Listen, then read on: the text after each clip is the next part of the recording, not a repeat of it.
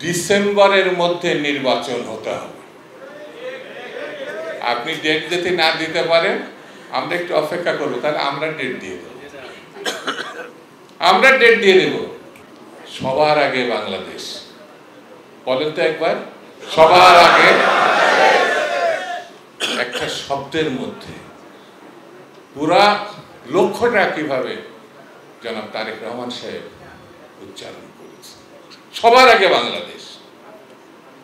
আর এরা সবার আগে গ্রামীণ ব্যাংক, সবার আগে ট্যাক্স দেবো না 6 বছর, সবার আগে লাইসেন্স চাই, বিদেশের লোক পাঠাবো ম্যান পাওয়ারে আদৌ। আর ওখানে গিয়ে বলছে জাপানে 1 লক্ষ লোক যাবে। আমার মনে হয় ওই ব্যবসা করার জন্য ওখানে গেছে। এখানে আমাদের হেলাল বলল রাষ্ট্রের আমন্ত্রণে তিনি কোনো জায়গায় যান না। আমি তার নিয়ে বেশি কথা বলবো না, তবে এতটুকু বলতে পারি আমাদের নেতা অ্যাক্টিং চেয়ারপারসন স্পষ্ট করে একটা বার্তা দিয়ে দিয়েছে, রাষ্ট্রের, সরকারের এবং বিএনপি দেশের মানুষের জন্য, সেটি হচ্ছে ডিসেম্বরের মধ্যে নির্বাচন হতে হবে। আপনি ডেট যদি না দিতে পারেন আমরা একটু অপেক্ষা করবো, তাহলে আমরা ডেট দিয়ে দেব। আমরা ডেট দিয়ে দেব। আপনাদের কর্মচারী এখানে যারা পুলিশ, এখানে প্রশাসন দেশের মানুষের অর্থে চলে, তো দেশের মানুষ তো আপনি যদি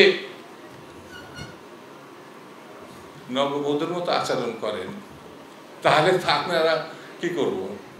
এখন তো আমাদের একটা ডেট তো দরকার না। এখন পাত্রী আমরা দেখতে গেছি, পছন্দ হয়েছে, তাহলে আমরা কি করব? একটা দিন করতে হবে, তো দিন করতে হবে না? দিন না করলে তো আমি তো কারো দাওয়াত দিতে পারবো না। ভাই বৈশাখ মাসে 1 তারিখে এসেন, আমার মেয়ের বিয়ে অথবা আমার ছেলের বিয়ে, আপনি দিন করবেন না, দাওয়াত দেন আবার কি করে? খুব পরিষ্কার করে বলি ভাই, আমরা এখন একটা বয়সে এসে, আমরা তো ছাত্র রাজনীতি করতাম, আমার এখানে যারা আছে এখন সবাই ছাত্র রাজনীতি করতাম। ছাত্র দল কিন্তু এখন মাঠে আছে, বিএনপি মাঠে আছে, যুব দল মাঠে আছে, শ্রমিক দল মাঠে আছে, স্বেচ্ছাসেবক দল মাঠে আছে, মহিলা দল মাঠে আছে। তারেক রহমান এখনো চূড়ান্ত কথাটা বলে নাই, আমরা মাঠেই আছি। যখন চূড়ান্ত কথাটা বলবে, কালকে কিন্তু ঢাকা শহরে অনেকে বেরোতে পারে না, যখন বাংলাদেশটাকে স্ট্যাগনেট, একেবারে স্থবির হয়ে যাবে, সেদিন বুঝতে পারবে। আপনার গোষ্ঠী বলবে যে ট্যাক্স সরাতে পারেন না, তাহলে কি করলেন? আরে ভাই, আমাদের নেতাকর্মী 5,000 নেতাকর্মী তারা শহীদ হয়েছে, কথা সত্য না মিথ্যা? সেটা কিন্তু বলবে না যে বিএনপি তারেক রহমান সাহেবের নেতাকর্মী 5,000 16 বছরে নিখোঁজ অথবা গুম হয়েছে।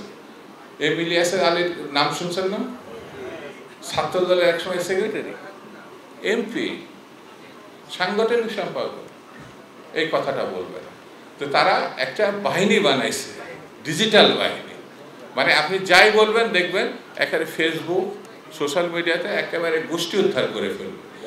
আমাদের উচিত হচ্ছে নেতাকর্মীদের এই সোশ্যাল মিডিয়া কিন্তু এখন খুব গুরুত্বপূর্ণ। শুধু নিজেরটা দেখে আপনি চলে যাবেন এটা না, আপনার দলের কথা ভাবতে হবে, নেতার কথা ভাবতে হবে, কর্মীদের কথা ভাবতে হবে, কর্মসূচির কথা ভাবতে হবে, এটার প্রত্যুত্তর দিতে হবে। আমি ওদের মতো ভূমিকা ছোট করার কথা বলছি না, সত্যটা প্রকাশ করতে হবে। যেমন এরা সারা জন্ম, আরেকবার জন্ম নিলেও এরা জিতবে না। আমি কেন এই কথাটা এত দৃঢ়তার সঙ্গে বলছি এই কারণে, শহীদ জিয়া রহমানের রাজনীতি পুরুষ এবং নারী, নারীদের যে ক্ষমতায়ন, সেনাবাহিনীতে নেওয়া, পুলিশে নেওয়া, প্রশাসনে নেওয়া, আর বেগম খালেদা জিয়া তো একেবারে ফ্রি শিক্ষার যে ব্যবস্থা, এই নারী এবং পুরুষ, আপনি যদি শুধু পুরুষ নিয়ে ভাবেন তো নারী হচ্ছে অর্ধেক শক্তি, সেদিনই তো আপনার কাজ অর্ধেক কমে গেল, হবে না। নারী শক্তিকে আপনি আপনার ধর্মমতের মধ্যে রেখেও আপনি তাদেরকে নিয়ে অনেক কাজ করতে পারেন। চট্টগ্রাম বিশ্ববিদ্যালয়ে একটা মেয়েকে কিভাবে পিছন দিক থেকে লাথি মারছে দেখছেন না সোশ্যাল মিডিয়া? দেখছেন? কারা মারছে? কারা মারছেন? শিবির, গুপ্ত সংগঠন, যারা আমাদের ছাত্র দলের সাম্যকে হত্যা করেছে, যারা নীতি আদর্শ বিহীন গণতন্ত্রকে ধ্বংস করার জন্য লেগেছে। সেই জন্য ভোটের রাজনীতি আসলে আমার কাছে মনে হয় ওই জামাতের যে প্রার্থী দেখবেন যারা ইলেকশনে বিরোধিতা করছে, প্রার্থী কিন্তু সব দেওয়া শেষ, 300 প্রার্থী দিয়ে দিয়েছে। আমি একেবারে চ্যালেঞ্জ করে বলছি, জামাতে ইসলামের যদি যে প্রার্থী তার স্ত্রী যদি তার সামনে প্রকাশ্যে ভোট না দেয়, দেখবেন গোপনে দিলে পরে সে ধানের শীষে ভোট দেয়। আমি এটা নিশ্চিত এই কারণে, তাদের উপরে যে অত্যাচার করা হয় পারিবারিক ভাবে, সেটি বাইরের মানুষ জানলে এটা অমানবিক।